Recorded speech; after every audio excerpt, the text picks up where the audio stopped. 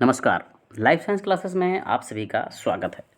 छात्रों, इस तस्वीर से तो आप लोग परिचित ही होंगे। ये तस्वीर है सर ग्रेगर जॉन मेंडल की, जिन्हें अनुवांशिकी का जनक भी कहा जाता है।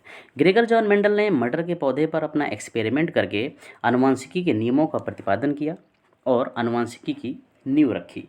इस वीडियो में हम पढ़ेंगे मेंडल और उनके प्रयोग, तो वीडियो को अंत तक ज़रूर देखिएगा। और अगर आप हमारे चैनल पर नए हैं तो चैनल को सब्सक्राइब कर लीजिए, बेल आइकन दबाइए ताकि आने वाली वीडियो का नोटिफिकेशन सबसे पहले आपके पास पहुंचे। देखिए, मेंडल कौन थे।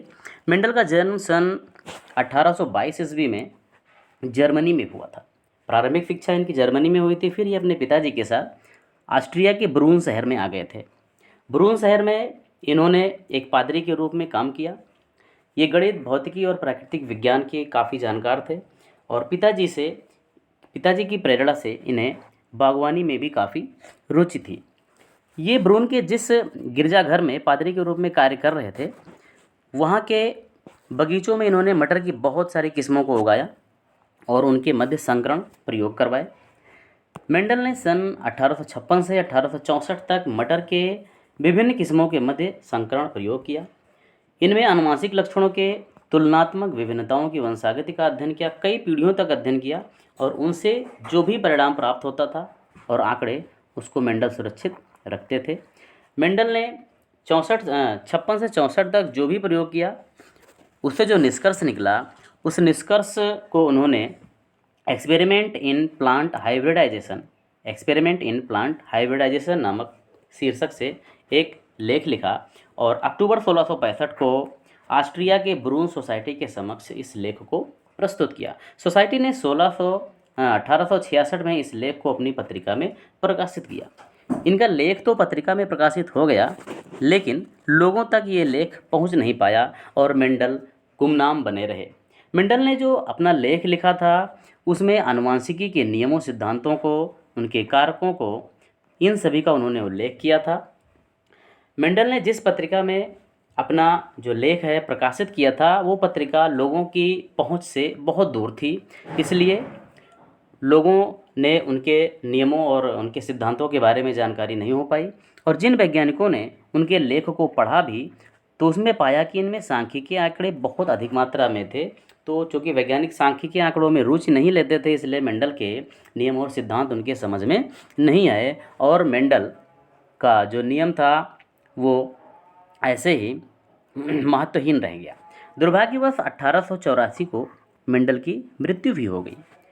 इनकी मृत्यु के 16 वर्ष पश्चात 1900 ईस्वी में हॉलैंड के वैज्ञानिक ह्यूगो डी ब्रीज, जर्मनी के कार्ल कारेंस और ऑस्ट्रिया के एरिस वॉन शेरमार्क, ये तीनों वैज्ञानिक अलग अलग देशों में पौधों और जंतुओं पर अपने एक्सपेरिमेंट्स किए और इन्होंने जो निष्कर्ष प्राप्त किया, वो कुछ चौंकाने वाला निष्कर्ष ये था कि 1900 ईस्वी में इन्होंने वंशागति के जो निष्कर्ष मिले, जो रिजल्ट मिले इनको, ये 34 वर्ष पूर्व मेंडल के द्वारा प्राप्त किए निष्कर्षों के समान थे। मतलब मेंडल ने 34 साल पहले जो निष्कर्ष प्राप्त किया था, वो 1900 ईस्वी में इन तीनों वैज्ञानिकों ने अलग अलग प्रयोगों के आधार पर प्राप्त किया।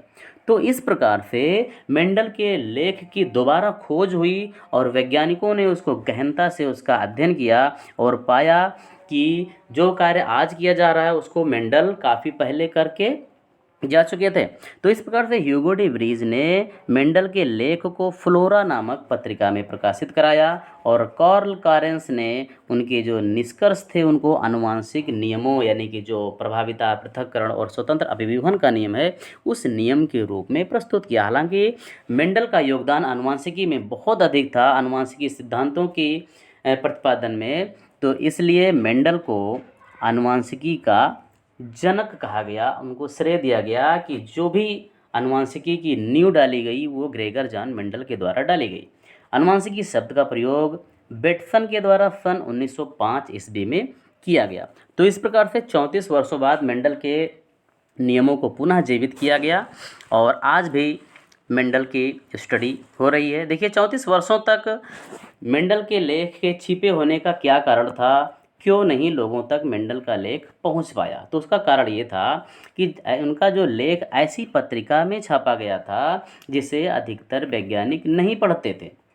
मतलब ऐसी पत्रिका थी जिस पर वैज्ञानिक ध्यान नहीं देते थे, इसलिए मेंडल का लेख ऐसी पत्रिका में छपा जो ज़्यादातर वैज्ञानिक नहीं पढ़ते थे। तो जो पत्रिकाएं पढ़ी ही ना जा रही हों, अगर उसमें कुछ भी आर्टिकल, कोई भी आर्टिकल छापी जाएगी तो जाहिर सी बात है लोगों तक ये नहीं पहुंच पाएगी।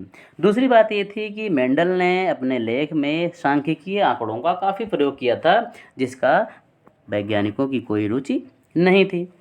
इसके साथ साथ मेंडल के जो निष्कर्ष थे वो समकालीन वैज्ञानिकों की समझ से परे थे। और सबसे बड़ा कारण ये था कि सन 1859 ईस्वी में चार्ल्स डार्विन की एक पुस्तक प्रकाशित हुई थी जिसका नाम था origin of species. Origin of species उस समय बहुत चर्चा में थी और आकर्षण का केंद्र बनी हुई थी, इसलिए मेंडल के आर्टिकल्स पर वैज्ञानिकों का ध्यान नहीं गया। देखिए, मेंडल ने अपने प्रयोग में जिस पौधे का प्रयोग किया था वो था मटर का पौधा। मेंडल ने अपने प्रयोग में मटर के पौधे का ही क्यों चुनाव किया, आइए जानते हैं।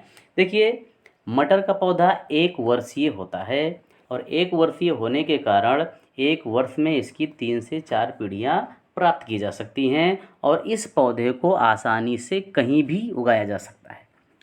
मटर की दूसरी खासियत ये है, इसकी अनेक किस्में पाई जाती हैं जिससे इनके लक्षणों के वैकल्पिक रूप देखने को मिलते हैं। जैसा कि मेंडल ने 7 लक्षणों के वैकल्पिक रूपों का अध्ययन किया था। जो मटर के पुष्प होते हैं उसमें प्राकृतिक रूप से केवल स्वपरागण ही हो सकता है, परपरागण नहीं हो सकता है। इसलिए स्वपरागण होने के कारण पीढ़ी दर पीढ़ी शुद्ध लक्षण वाले पौधे ही प्राप्त होते हैं और मटर के पुष्प में कृत्रिम रूप से परपरागण कराया जा सकता है, सफलतापूर्वक आसानी से परपरागण कराया जा सकता है। इसके साथ साथ जो मटर का पुष्प है वो द्विलिंगी पुष्प होता है। द्विलिंगी मतलब कि इसमें मेल और फीमेल रिप्रोडक्टिव ऑर्गन्स एक ही पुष्प में पाए जाते हैं। तो द्विलिंगी होने के कारण इसमें स्वपरागण हो सकता है और इसमें एक पीढ़ी में बहुत सारे बीज उत्पन्न होते हैं जिससे निष्कर्ष निकलने में काफ़ी आसानी होती है। यही कारण था कि मेंडल ने मटर के पौधे का ही चुनाव किया और मेंडल ने मटर के पौधे में 7 जोड़ी विपर्यासी लक्षणों की वंशागति का अध्ययन किया था। इन लक्षणों की चर्चा हम अगले वीडियो में करेंगे। ये वीडियो कैसा लगा हमें कमेंट करके ज़रूर बताइए और हमारे चैनल को सब्सक्राइब कीजिए, लाइक कीजिए। मिलते हैं अगले वीडियो में। नमस्कार।